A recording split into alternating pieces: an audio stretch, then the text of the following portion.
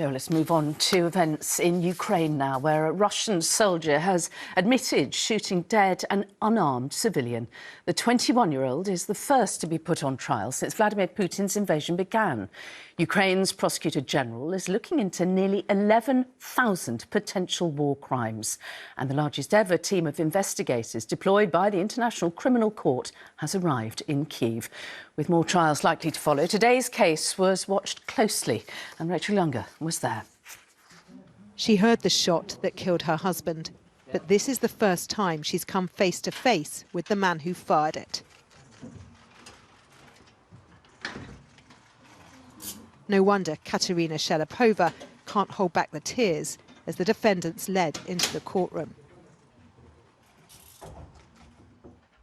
They sit just feet apart, a widow grieving the man she loved for decades, and a Russian soldier who looks barely old enough to drive. With the world's press packed into a tiny Kyiv courthouse, Vadim Shishmarin speaks first to confirm his name and date of birth and the unit he was fighting in. The prosecutor outlines the case against the 21-year-old, describing how he was among a group of soldiers driving a stolen VW before using his Kalashnikov to shoot an unarmed man. Through his interpreter, the court confirms Shishmarin understands what he's accused of before the judge asks, "Do you admit your guilt?" "Yes, I admit it," he says. "Completely? Yes." The 62-year-old civilian he's accused of killing was Alexander Shelipov, Katerina's husband and a man who once served Russia, working for the KGB, the same former intelligence service that trained Vladimir Putin. His spokesperson insisting today the Kremlin has no information on a Russian serviceman allegedly being tried in Ukraine. That doesn't mean they won't be following it closely. But the eyes of the world are on this case and the prosecution know it. So they've just managed to persuade the judge that he needs to hear all of the evidence in full so that this case is seen to have been carried out fairly. And that means the trial is being adjourned until tomorrow, so a bigger courtroom can be found.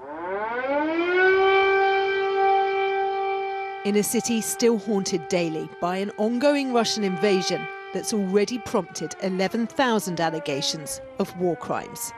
Rachel Younger, ITV News, Kyiv.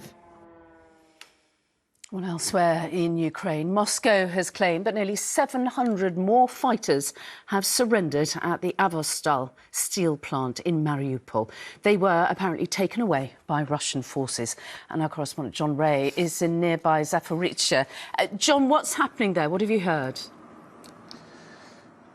Well, it means now that over the course of the last 48 hours, almost 1,000 of those defenders of Mariupol have laid down their weapons and walked out of the steelworks. These are the latest pictures that we can bring you from Russian TV that shows troops, both men and women, being searched as they leave the steel plant, and then they are taken away. The injured, incidentally, taken to a pretty basic-looking hospital not that far away. There is, incidentally, Mary, no sign of the commander of their troops, and tonight still no clarity on what his soldiers' eventual fate will be. You will recall that Ukraine hopes that they will form eventually part of a prisoner swap deal, but it seems almost as likely, at least there's a real danger, that they will be treated as much as war criminals, as prisoners of war. These men are terrorists, according to the special prosecutor in Moscow. They deserve to be on trial, not sent home. So these men are free and alive. Sorry, they are alive but not free, and that is a cause of